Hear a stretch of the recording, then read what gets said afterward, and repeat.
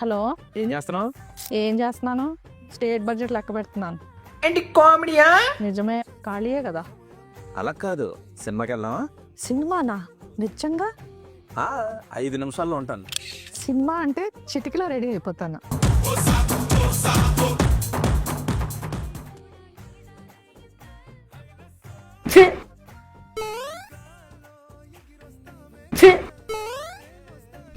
Wow, nice.